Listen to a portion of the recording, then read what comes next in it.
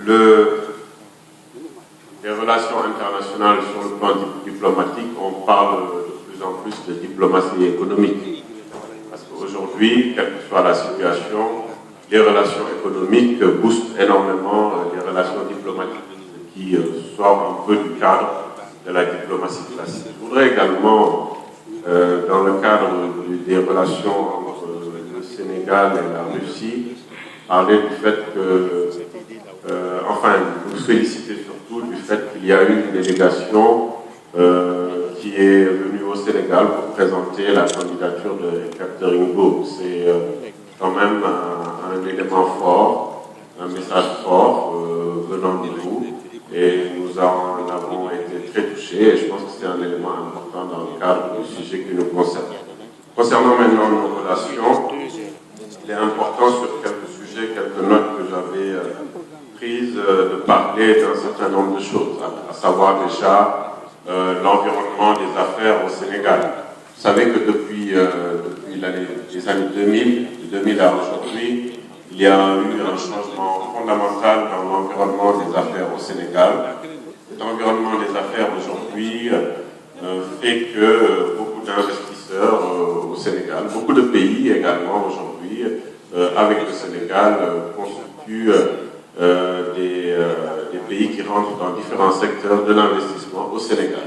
Nous avons une agence au Sénégal spécifique appelée l'Agence sénégalaise de promotion des investissements, qui fait que aussi bien les pays européens, les pays d'Amérique, d'Asie et les pays africains aujourd'hui investissent au Sénégal dans un cadre qui est un cadre gagnant-gagnant. Parce que l'investissement entraîne également les exportations.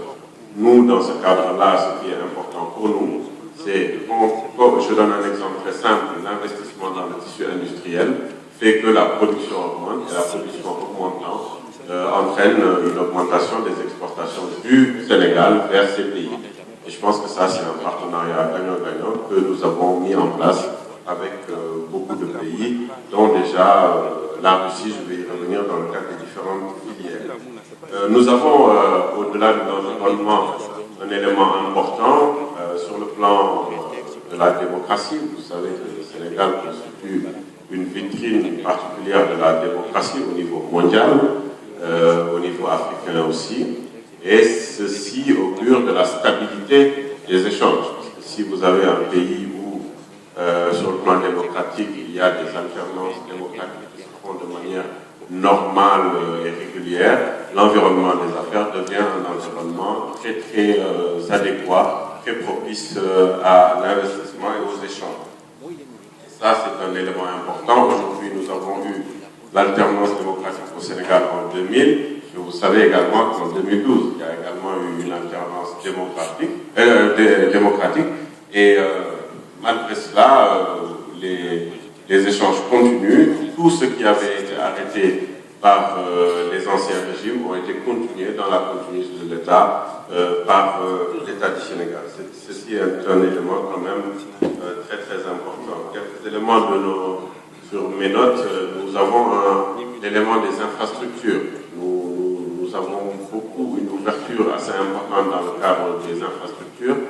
Le Sénégal est un pays qui se construit à tous les niveaux.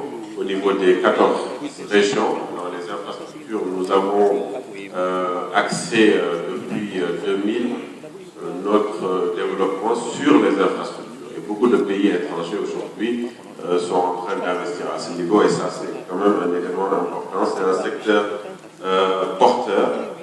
Et le secteur des investissements au Sénégal a ceci aussi d'important par rapport aux pays partenaires, c'est qu'on constate qu'il y a un retour d'investissement au bout de 5 ans.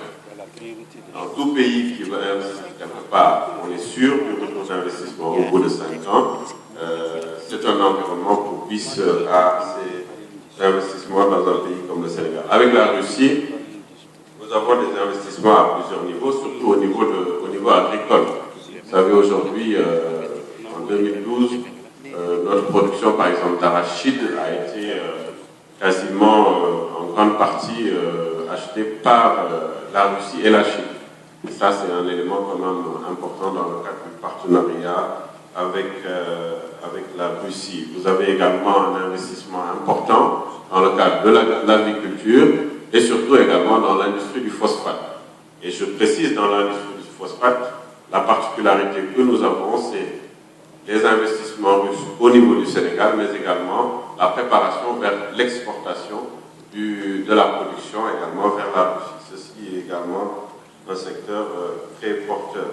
Nous avons également dans le système, comme je l'ai dit au départ, ne pas se spécifier, se focaliser spécifiquement sur la diplomatie. Par la diplomatie continue, c'est vrai, mais il y a quand même le secteur privé. Nous avons un appel au secteur privé parce que c'est réellement le secteur privé aujourd'hui, dans le cadre des échanges, qui doit être impliqué dans le cadre de ce que nous faisons. Nous savons également qu'il y a un élément important qui va jouer un rôle fondamental dans les échanges, c'est que depuis 2012, vous êtes au niveau de l'OMC. Là, en arrivant ici, nous étions en réunion au niveau de l'OMC à Genève. Vous savez, nous étions en session avec le ministre en charge du commerce, de l'industrie et du secteur informel. Et aujourd'hui, ça va faciliter énormément les échanges. Je pense que c'est un élément aujourd'hui très important.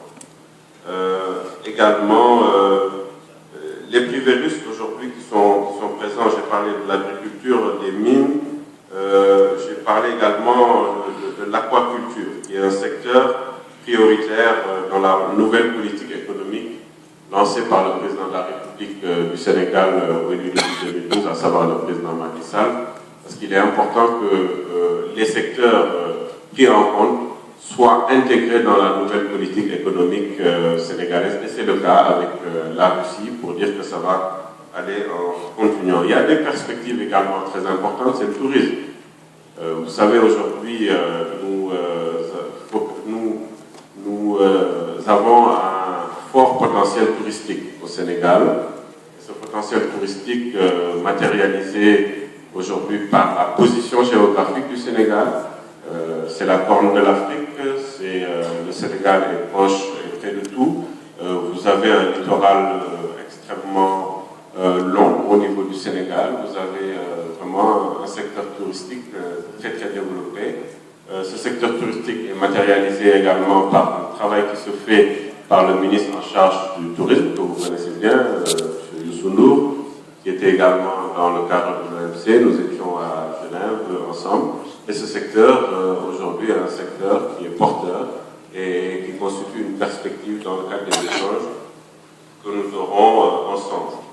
Donc, il y a dans ce secteur un élément qu'il faudrait qu'on relance, c'est l'aéroflotte pour la ligne directe, parce que cette ligne directe aujourd'hui n'existe plus.